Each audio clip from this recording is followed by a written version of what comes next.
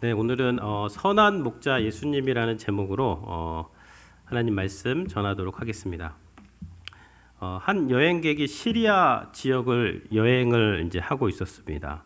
난 지역에 가니까 이 목자들이 이제 목초지에서 양들에게 그 풀과 물을 먹이고 있었습니다. 그 장면을 이렇게 보고 있는데 한 목자가 갑자기 일어나더니 무나 이렇게 하니까 그 양무리 가운데서 한 양 30마리가 그 목자를 이렇게 따라갔습니다. 잠시 후에 또 두 번째 목자가 무나 그러니까 또 양들이 그 중에 일부의 양들이 또 그 목자를 따라갔습니다. 이 여행객이 너무 신기해가지고 그 세 번째 목자에게 가가지고 그 겉옷과 이 터번을 빌려가지고 입고 가서 그 첫 번째와 두 번째 목자가 한 대로 똑같이 한번 해봤습니다. 문화는 뭐냐면 follow me, 나를 따르라, 그런 그 아랍어인데요. 문화 이렇게 해도 양들이 따라오지 않았습니다. 왜냐하면 양들은요 그 목자의 음성을 알고 그 목자를 따라가기 때문에 양들이 뭐 아무나 와가지고 문화 한다고 그 사람을 따라가지는 않습니다. 이게 읽는 설교 요한복음에 나오는 그런 내용인데요. 그 노진준 목사님 저희 교회 오셨다 가신 분, 그분이 저에게 줘가지고 이제 거기 나오는 내용입니다. 이 요한복음 10장은요, 예수님께서 나는 양의 문이다, 나는 선한 목자다라고 말씀을 하셨는데 오늘은 선한 목자에 대해서 이제 살펴볼 겁니다. 예수님이 나는 선한 목자다라고 10장에서 말씀을 하셨습니다. 그러면서 예수님이 선한 목자로서 두 가지를 말씀하셨어요. 그래서 오늘 이 두 가지에 대해서 좀 같이 나누어 보려고 하는데요. 첫 번째는 나는 양을 안다라고 말씀을 하셨고요. 두 번째는 내 양은 나를 안다, 이것을 말씀하셨습니다.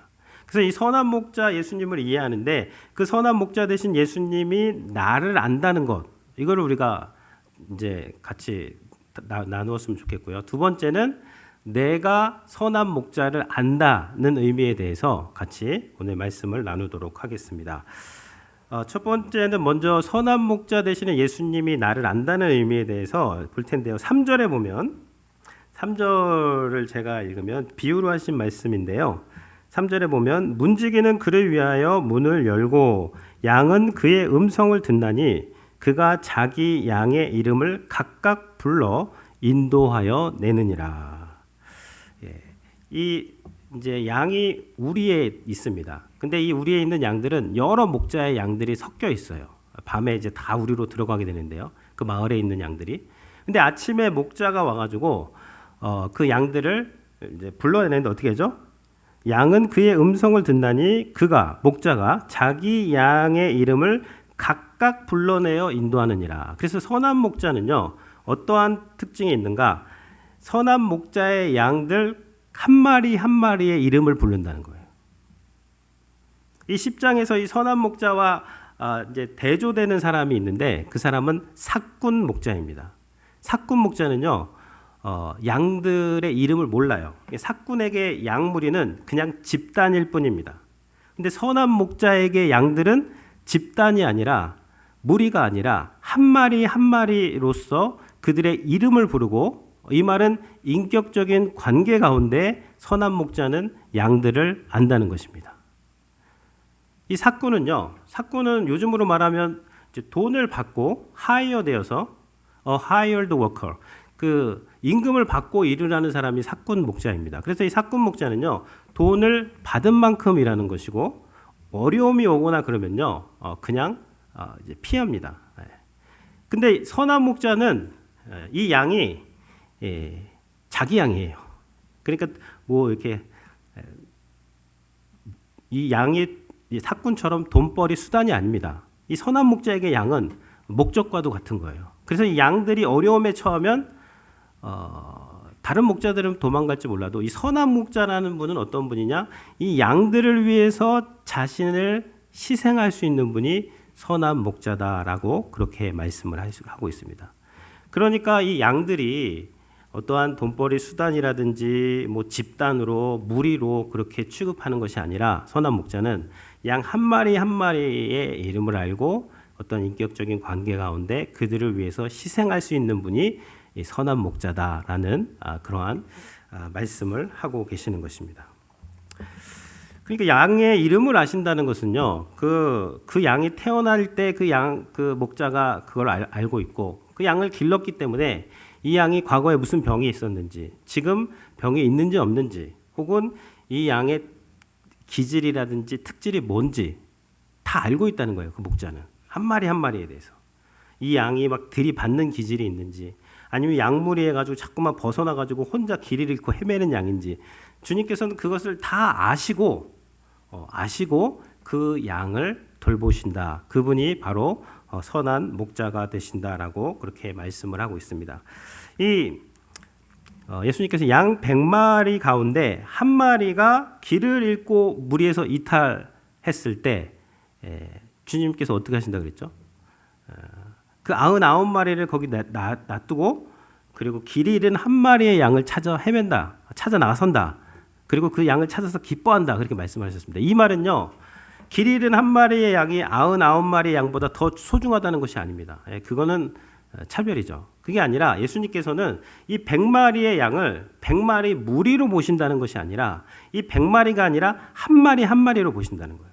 한 마리 한 마리를 알고 그 양을 알기 때문에 그 한 마리가 길을 잃었을 때 주님은 그 한 마리를 찾아 나서시는 분이다. 경제적 논리로 그거를 무시하고 손실 처리해 버리고 그냥 그렇게 계시는 분이 아니라 한 마리 한 마리를 알고 그 양들을 소중히 여기시는 분이 바로 선한 목자 되시는 우리 예수님이라는 그런 말씀입니다. 그러면 이렇게 선한 목자 되시는 예수님께서 우리를 인도하시면 우리의 삶에 좀 어려운 일이 없고 좋은 일만 있고 푸른 초장과 실만한 물가만 펼쳐져야 되는데 목사님 왜 나의 삶에는 이렇게 어려움이 있습니까? 라고 이렇게 생각이 드실 수도 있을 것 같아요. 근데 첫 번째 이유는요, 지난주에도 말씀드렸지만 내가 내 인생의 목자를 선한 목자가 아니라 사꾼 목자로 두어서 그렇습니다. 내가 사꾼 목자를 따라가기 때문이에요. 그 사꾼 목자는 다른 사람이 아닙니다. 바로 나예요. 나.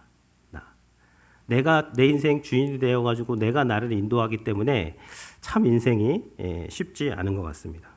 두 번째는요, 목사님 저는 예수님을 구세주로 영접했습니다. 예수님이 나의 선한 목자십니다. 그럼에도 불구하고 내 삶에 왜 이렇게 어려운 일이 일어납니까? 그런 분들도 계실 거예요. 그런데요, 양이 구덩이에 빠졌을 때 목자가 양을 어떻게 건져내죠? 다리를 막 붙잡아서 끌어내든가 막 목덜미를 끄집어내든가 좀 깊은 곳에 빠졌으면 밧줄을 던져가지고 그 밧줄로 이렇게 다리를 묶거나 이렇게 묶어가지고 끌어올린다거나 목자의 지팡이로 이렇게 끌어올린다거나 어쨌든 이렇게 하게 됩니다. 그러면 양들이 오해를 하는 거예요. 목자가 나 죽이는구나. 나 죽는다. 근데 그거는 죽이는 것이 아니라 살리는 행위죠. 우리가 무슨 영상 같은 거, 클립 같은 거 보면은 사슴 뿔이 나무에 걸려 있죠. 그럼 사람이 가서 그 뿔 좀 이렇게 나무에서 빼주려고 다가가면 사슴이 어떻게 하죠? 더 발버둥을 치잖아요. 사람이 오니까 뭐 어떻게 하나. 그런 것처럼 목자가 양을 구덩이에서 건져낼 때 막 우리가 오해하는 거예요. 하나 막 발버둥 치면서 목자가 나를 이 사지로 몰아넣는구나. 근데 사지로 몰아넣는 게 아니라 목자가 지금 나를 건져내고 있는 겁니다. 여러분 그걸 알 수 있으면, 그러니까 어떠한 상황에서도 선한 목자 예수님, 그 선한 목자 예수님은요 자신의 목숨을 양들을 위해서 버리기까지 양들을 그렇게 돌보시는 분이기 때문에 어떠한 상황에서도 주님이 내 모든 상황을 알고 계시고 나를 아시고 나를 건져내시는 분이시다라는 것을 신뢰하시는 우리 그런 성도님들이 되시기를 바랍니다. 이 양은요, 그 동물 중에서 가장 취약한 양이에요. 자신을 보호하는 데 있어서. 뭐 날카로운 발톱이 있습니까? 뭐 그렇다고 이빨이 있습니까? 아니면 뭐가 있어요? 다리도 짧죠. 숏다리에. 몸집은 커가지고 엄청 느려요. 시력도 3m, 2m밖에 못 봅니다. 고집은 엄청 세가지고 그냥 기어코 자기가 가는 길로만 갈라 그래요. 그게 양입니다. 그러니까 우리가 양으로 비유하신 건 뭐냐면 양은 자기 스스로를 구원할 수 없는 동물입니다. 근데 양은 동시에요. 가장 안전한 동물이기도 해요. 양이 언제 가장 안전할까요? 목자만 있으면 돼요. 근데 그냥 목자는 안 됩니다. 사꾼 목자가 아니라 어떤 목자? 선한 목자가 있으셔야 돼요. 선한 목자가 양무리 가운데 있으면 선한 목자는 그 양들을 푸른 초장으로 쉴만한 물가로 또 보호하시고 길 잃은 양 있으면 가서 찾아오고 또 양이 상처나고 있으면 기름을 발라가지고 그 상처를 다 이렇게 치료해주고 그분이 선한 목자이시기 때문에 우리 인생에 선한 목자가 있는 것이 참 중요한 것이죠. 이것을 잘 표현한 것이 시편 23편입니다. 시편 23편을 많은 사람들이 좋아하는데 시편 23편이 어떻게 시작하죠? 여호와는 나의 목자시니 내가 부족함이 없으리로다. 양의 부족함이 먼저 나오지 않습니다. 여호와는 나의 목자시니 여호와께서 나의 목자이시기 때문에 내가 더 이상 부족함이 없습니다. 라고 고백하면서 쫙 나가는 이 시편을 많은 사람들의 이 영혼을 이 시편이 위로를 하고 있습니다. 그래서 우리가 목자가 우리를 아신다. 또 우리가 목자를 안다. 이게 매우 중요한 건데요. 요한복음 10장 10절에 보면 도둑이 오는 것은 도둑질하고 죽이고 멸망시키려는 것뿐이요 내가 온 것은 양으로 생명을 얻게 하고 더 풍성히 얻게 하려는 것이라. 그래서 예수님이 오신 것, 막 우리를 이렇게 뭐 도둑질하고 죽이고 멸망하는 건 이건 마귀의 어떠한 그 일입니다. 근데 예수님이 선한 목자로 오신 것은 양으로 생명을 얻게 하고 더 풍성히 얻게 하기 위해서 이 땅에 오셨다는 것을 기억을 하시기를 바랍니다. 두 번째 우리가 이제 선한 목자가 하신 말 중에 알아야 되는 것은요. 우리도 목자를 알아야 된다는 거예요. 목자가 우리 한 사람 한 사람을 인격적으로 알듯이 우리도 선한 목자를 알아야 된다는 것입니다. 14절을 보면요. 14절. 나는 선한 목자라. 나는 내 양을 알고 양도 나를 아는 것이 아버지께서 나를 아시고 내가 아버지를 아는 것 같으니 나는 양을 위하여 목숨을 버리노라. 14절을 다시 보시면요. 나는 선한 목자라 예수님께서 말씀하시죠. 나는 선한 목자다. 그리고 뭐라고 말씀하세요? 나는 내 양을 알고. 여기서 알고는 어떠한 알고죠? 한 마리 한 마리를 인격적으로 관계 가운데 그 양들을 다 알고 계신다는 거예요. 그리고 그 양들을 다 보호하시고 인도하신다는 그 선한 목자라는 것입니다. 나는 양을 알고 그랬죠. 양도 나를 아는 것이 그랬어요. 우리도 선한 목자를 알아야 돼요. 근데 이걸 어떻게 알아야 되느냐? 이게 참 막연하죠. 양이 선한 목자를 안다. 그 음성을 안다. 그 음성을 듣고 따라간다. 이런 것이요. 그리고 뭐 매일 성경 읽고 큐티한다.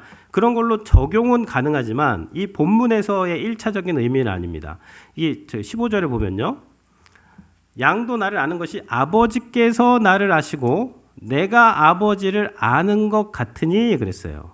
그러니까 양이 선한 목자를 안다라는 것은 마치 아들이 아버지를 아는 것과 같고 아버지께서 아들을 아는 것과 같이 그렇게 양이 목자를 알아야 된다는 것입니다. 근데 14절에서 나는 선한 목자라고 하셨고 그리고 15절에서 나는 양을 위하여 목숨을 버리노라 하셨죠. 11절에도 마찬가지예요. 예수님께서 11절에도 나는 선한 목자라고 하셨거든요.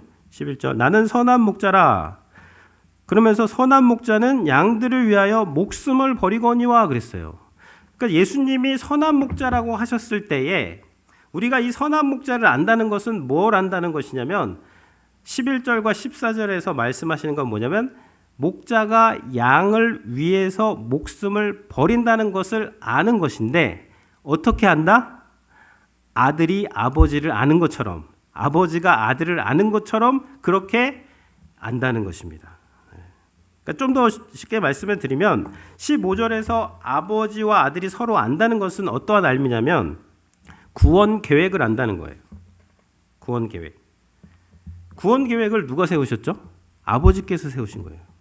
아버지께서 그 구원 계획을 세우셨고 그 구원 계획을 누가 이루러 이 땅에 오셨죠? 아들이 오셨잖아요. 이름을 예수로 하라. 이는 그가 자기 백성을 그들의 죄에서 구원할 자이심이라. 그러니까 예수님께서 이 땅에 오셔서 선한 목자가 되어서 목숨을 양을 위해서 버리는 것은 아버지의 계획 가운데 있었다는 거예요. 그러니까 예수님이 그 아버지의 계획을 알고 그 아버지의 계획을 이루고자 구원하기 위해서 이 땅에서 양들을 위해서 목숨을 버렸다라고 그렇게 말씀을 하고 계십니다.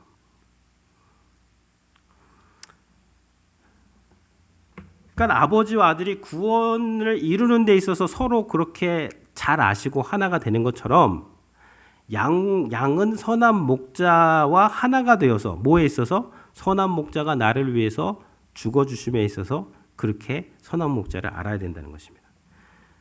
좀 더 보면요. 아들 예수님은 아버지를 아는데 그 안다는 것은 아버지께서 아들에게 주신 계명을 안다는 거예요. 그 계명이 18절에 나옵니다. 18절에 보면요. 이를 내게서 빼앗는 자가 있는 것이 아니라 내가 스스로 버리노라. 이를은요. 예수님의 목숨을 말하는 거예요. 선한 목자의 목숨. 선한 목자의 목숨을 누가 빼앗는 것이 아닙니다. 어쩔 수 없어서 힘이 없어서 빼앗기는 게 아니라 내가 스스로 버리노라 그랬어요. 그러면서 예수님께서 나는 버릴 권세도 있고 다시 얻을 권세도 있으니 이 권세는 뭐죠? 목숨이에요. 예수님의 목숨을 버릴 권세도 있고 다시 얻을 권세도 있으니 이 계명은 내 아버지에게서 받았노라.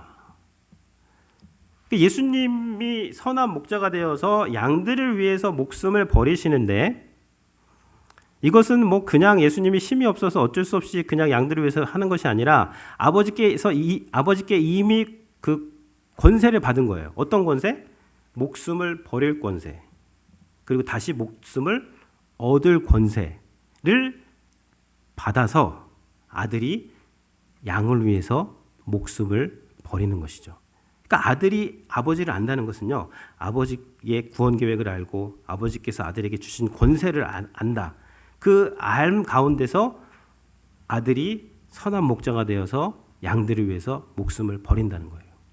그럼 우리가 선한 목자를 아는 것이 아들이 아버지를 아는 것 같이 알아야 되니까요. 예수님이 우리를 위해서 죽으시는 그 죽으심이 얼마나 이것이 하나님의 계획 가운데 창세전에 예비되었고 예수님이 우리의 죄를 위해서 죽으셨고 예수님이 그 권세를 사용하셔서 그 다시 생명을 얻으심으로 부활하심으로 우리에게 생명을 주시고 더 풍성한 생명을 주신다는 것을 알아야 된다는 거예요. 거기에 선한 목자와 우리가 하나가 되어야 된다. 이것이 양이 목자를 안다는 의미입니다. 이것이 양이 목자를 알고 따라간다는 의미가 되는 거예요.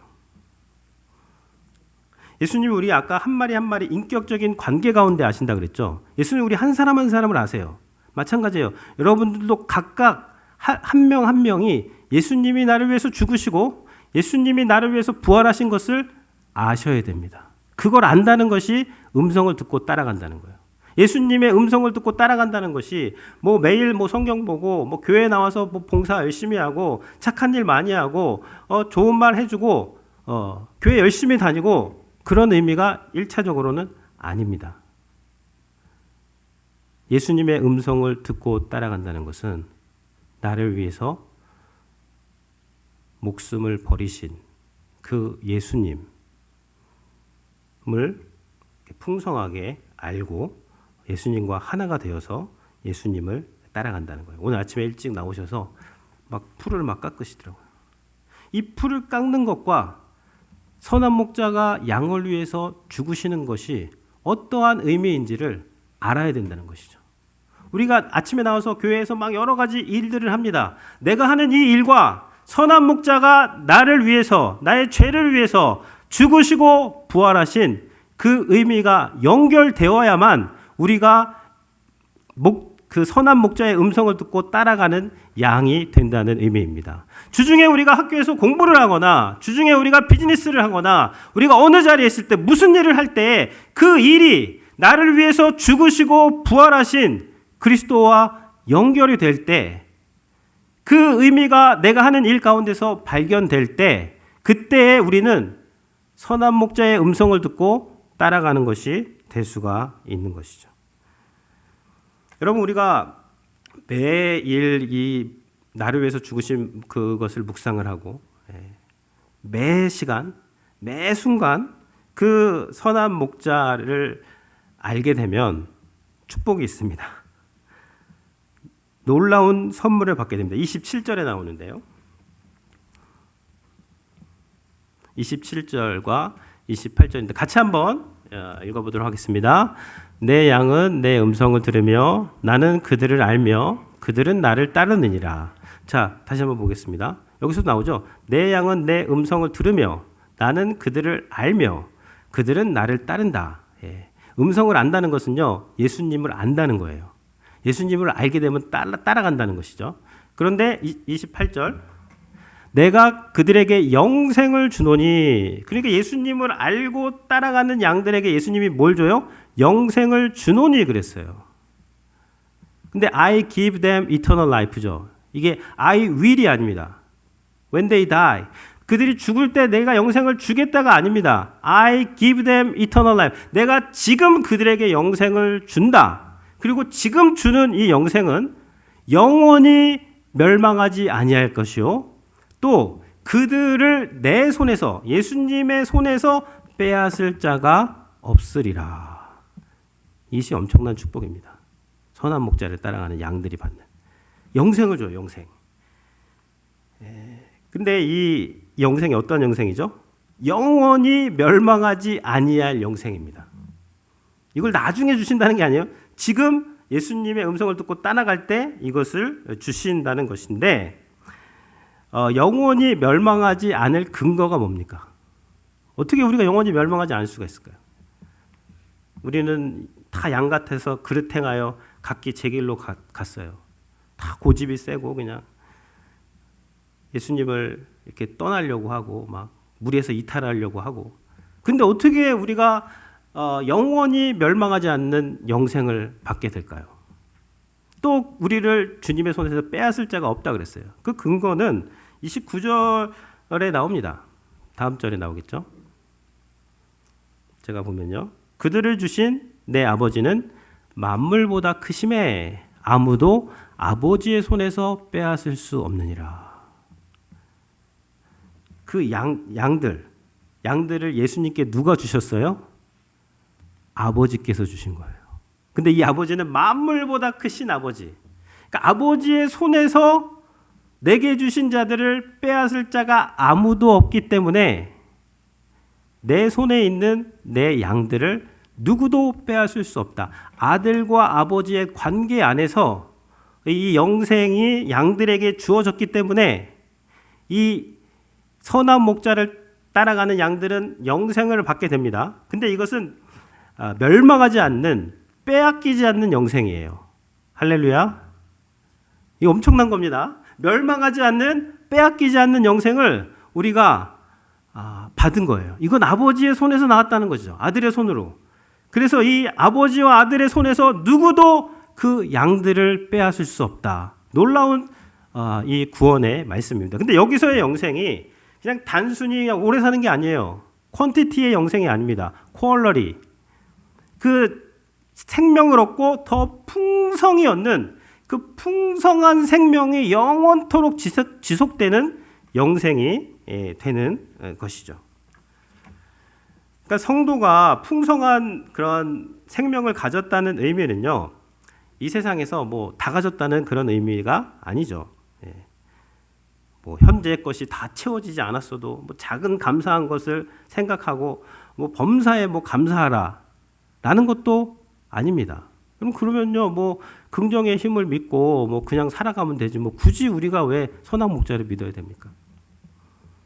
뭐 그렇다고 해가지고 뭐 다 모든 것이 헛되고 헛되다. 그래서 뭐 불교의 무소유 다 그냥 내려놓고 그런 뭐 아무것도 없는 데서 갖는 만족, 그런 것을 풍성한 생명이라고 말하는 것도 아니는 것이죠. 그러니까 성도의 이 만족, 풍성한 생명의 만족은 선한 목자 되시는 예수님께서 내 삶을 인도하신다. 하나님께서 그 아들을 아끼지 아니하시고 그 아들을 죽음에 내어 주시고 다시 살리심으로 내가 영생을 받았는데, 풍성한 영생을 받았는데 이것을 그 누구도 빼앗아갈 수 없다라는 것을 우리가 알게 될 때 거기서 오는 그러한 만족과 감사가 되는 것입니다. 그 바울이 빌립보 감옥에 갇혔을 때는요, 그냥 바로 이제 풀렸고 옥문이 열려 버렸어요. 바울이 막 기도하고 찬양하니까. 근데 가이사랴 감옥에 갇혔을 때는요, 2년간 옥문이 안 열렸습니다. 근데 그 바울이 이런 말을 하죠. 내게 능력 주시는 자 안에서 내가 모든 일을 할 수 있느니라. 이 말은요, 바울이 말하는 모든 일을 다 할 수 있다는 의미가 그가 원하고 바라고 소원하는 일을 주님의 힘을 이용해서 다 이루겠다라는 그런 의미가 아닙니다. 그가 원하고 바라고 소원하는 일들이 일어날 수도 있지만 설령 일어나지 않을지라도 모든 상황을 다스리시는 그 선하신 하나님의 주권을 온전히 신뢰하면서 나는 어떠한 상황에서도 괜찮을 수 있다라는 그 고백이 되는 것입니다. 그럼 풍성한 삶은요, 다 가지는 삶도 아니고 비교 우위에서 오는 그러한 삶도 아니고 내가 원하는 것을 얻을 것이다라는 기대감에서 오는 것도 아닙니다. 풍성한 삶이란 선한 목자가 우리의 삶을 인도하신다. 하나님께서 나에게 영생을 주셨는데, 풍성한 영생을 주셨는데 그 누구도 이 영생을 빼앗아갈 수 없다라는 여기서 오는 거예요. 그럼 우리의 삶이 아무리 흔들려도 우리 흔들리지 않을 수가 있고요. 우리가 힘들고 고달픈 일상을 살아도 그 영생의 풍성함이 우리의 삶을 압도하기 때문에 우리가 힘든 상황에서도 웃음 지을 수 있는 신자가 되게 되는 것입니다. 바울이 그 감옥, 빌립보 감옥, 바로 나온 감옥에서 뭐였죠? 주 예수를 믿으라. 그리하면 너와 내 집이 구원을 얻으리라. 거기 있는 사람 구원하잖아요. 여기 오늘 말씀에 저희가 다루지 못한 말씀이 있는데 예수님께서 16절에 보면 이 우리에 들지 아니한 다른 양들이 있습니다. 이 우리, 유대인 우리가 아니라 이방인들의 말은 내게 있어 내가 인도하여야 할 터이니 그들도 내 음성을 듣고 이방인들도 내 음성을 듣고 한 무리가 되어 한 목자에게 있으리라. 그런데 내가 인도하여야 할 터요. 그 이방인들을 누가 인도하냐? 하나님이 인도하시는 거예요. 예수 그리스도께서 이방인을 인도하신 누구를 통해서? 바울이라든지 그리스도인들을 통해서. 그래서 바울이 감옥에 갇혔는데 그 이방인들을 인도해 내잖아요. 주 예수를 믿으라.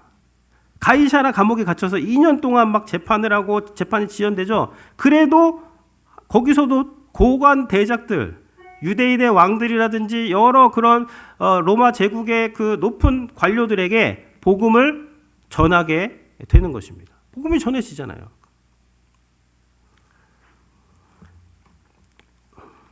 아무도 우리의 영생을 빼앗아 가지 못한다. 우리가 누가복음 23장 46절을 읽고 읽으면 좋은데 제가 읽겠습니다. 예수께서 큰 소리로 불러 가라사대 아버지여 내 영혼을 아버지의 손에 부탁하나이다 하고 이 말씀을 하신 후 운명하시다. 예수님께서 십자가에서 마지막으로 하신 말씀입니다. 뭐죠? 큰 소리로 불러 가라사대 아버지여 내 영혼을 아버지의 손에 부탁하나이다. 아버지의 손이 나옵니다. 아버지의 손에 죄인들을 대속해서 죽으신 예수 그리스도께서 죄인으로서 죄인의 형벌을 다 받으신, 심판의 형벌을 다 받으신 그 아들이 저를 아버지의 손에 부탁합니다 라고 말씀을 하셨기 때문에 아버지의 손에서 영생이 나와서 우리들에게 주시는 것이죠. 이 주님 때문에 이 아버지의 손에서 나온 이 영생을 그 누구도 빼앗아 가고다 이 영생은 멸망할 수가 없게 되는 것입니다. 오늘 말씀 기억하시면서 우리 함께 찬양하도록 하겠습니다. 선하신 목자 날 사랑하는 분.